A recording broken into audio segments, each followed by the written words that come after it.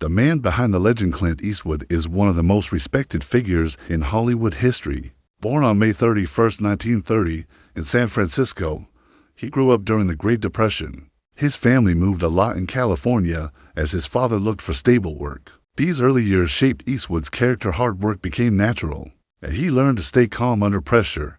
At age 20, he joined the U.S. Army and was stationed in Korea. But it was at Fort Ord where he first felt drawn to acting. After returning home, he took small roles in films and TV. His big break came in the late 1950s with the TV Western Rawhide, where he played Rowdy Yates. His tough, quiet style made him stand out. Soon after, he moved into movies, and director Sergio Leone cast him in the legendary spaghetti western trio, A Fistful of Dollars 1964, For a Few Dollars More 1965, and The Good, the Bad, and the Ugly 1966. These films made him an international icon, a cool, silent, sharp-eyed hero. From here on, Eastwood was more than a star. He became a symbol of stoic strength and silent determination. His early life taught him resilience. His debut in Rawhide showcased his steady calm. His rise through Leon's westerns solidified his screen power. He began to shape an identity based on restraint and toughness. But even early in his career, he felt pressure from the image the studios and fans built around him. From TV cowboy to Hollywood icon in Hollywood, Eastwood's image grew from silent cowboy to complex leading man. After Rawhide, he found fame. In Clint Eastwood's America, he brought a new vibe, tough, quiet, and real. In the 1970s, he became famous for that unforgettable line, "Go ahead, make my day," in Dirty Harry 1971. His face became linked to law, order, and masculinity. Fans watched him as a symbol of justice, someone who acted on his own code. As he grew professionally, he pushed into directing. His 1971 film Play Misty for Me showed a talent for suspense. In the years that followed, he directed thoughtful movies with deep human meaning. Unforgiven 1992 broke Western myths with tough honesty and won him Oscars for Best Picture and Best Director. $1 Million Baby 2004 proved again what a filmmaker he was, receiving similar acclaim. Even in later years, films like Gran Torino, American Sniper, and Sully showed an artist unafraid to explore big themes like healing, courage, and American life. Eastwood's style was simple and efficient, natural light, few takes, no fuss. This made filming fast and felt unforced. That approach reflected his early life: work hard, stay ready, don't waste time. As his career took shape, he became not just a star, but a storyteller with depth. He balanced power and quiet empathy. The grounded, tough persona he showed early on grew into a mature, introspective artist.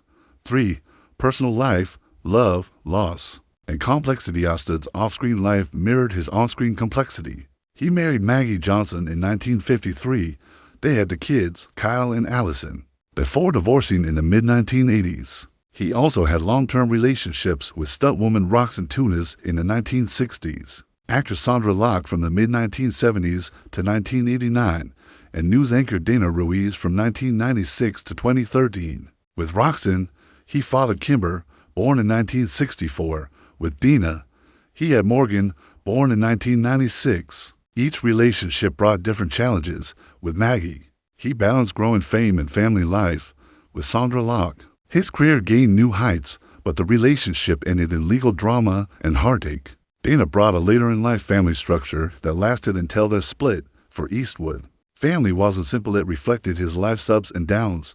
His children, Kyle and Allison, followed creative paths.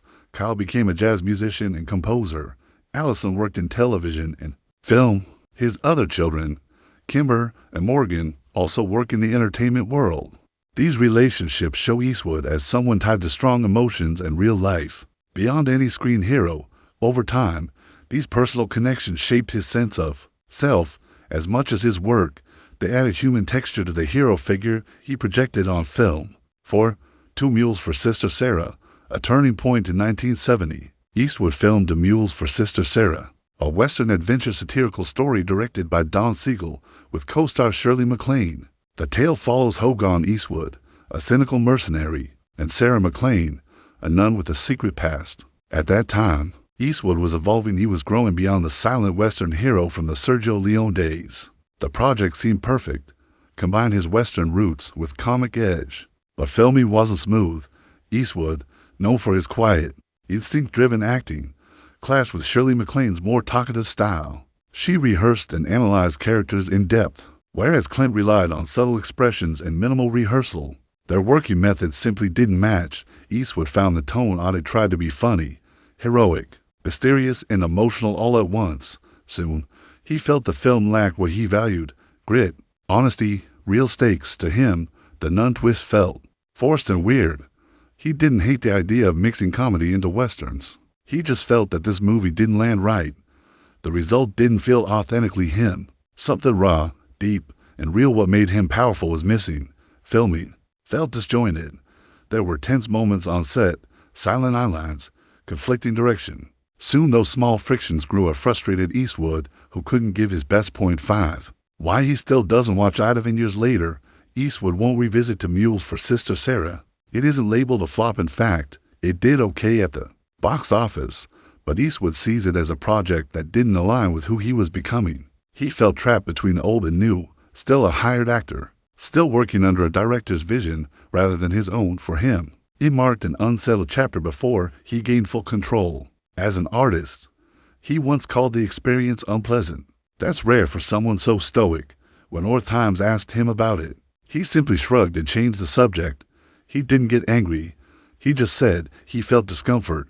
This reluctance comes from regret, but also from clarity. He learned what he valued in film: authenticity, simplicity, control. He didn't need a grand explanation or dislike it wildly. He just chose not to bring it back into his life. It was a signpost for who he wanted to be, not a hired cowboy, but a creator with full creative voice. 6. How it shaped his artistic journey. To Mules for Sister Sarah stands as a snapshot of transition in Eastwood's career. Soon after this film, he took more control over what he made and how he made it.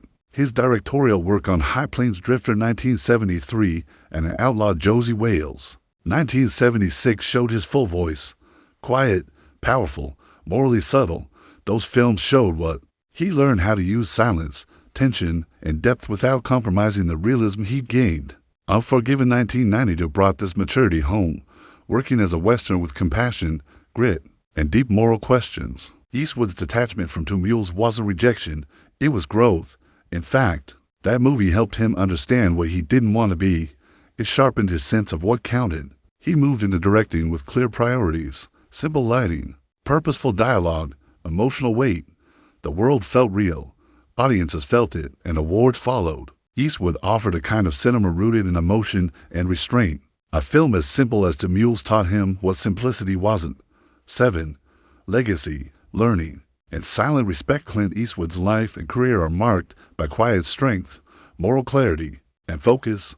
He's won Oscars, directed masterpieces, and stood at the top of film, yet he's not invulnerable. His refusal to revisit To Mules for Sister Sarah reminds us that even legends have moments they prefer to leave alone. It wasn't failure, but dissonance, a choice between comfort and authenticity. Eastwood chose authentic. That choice guides everything he's made since. His other westerns, dramas, and even political statements reflect a man who knows who he is and what he will, and will not revisit. To Mules remains on the shelf, untouched, perhaps as a reminder that art is personal. It can feel wrong even if it isn't bad, and it can feel growth. Eastwood found his voice soon after. The story isn't about failure, it's about a silent, private turn toward who he really was. Even at age 90, he trusts instincts. That's the deepest legacy of To Mules for Sister Sarah. Not a bad movie, it was a step, a lesson, a decision.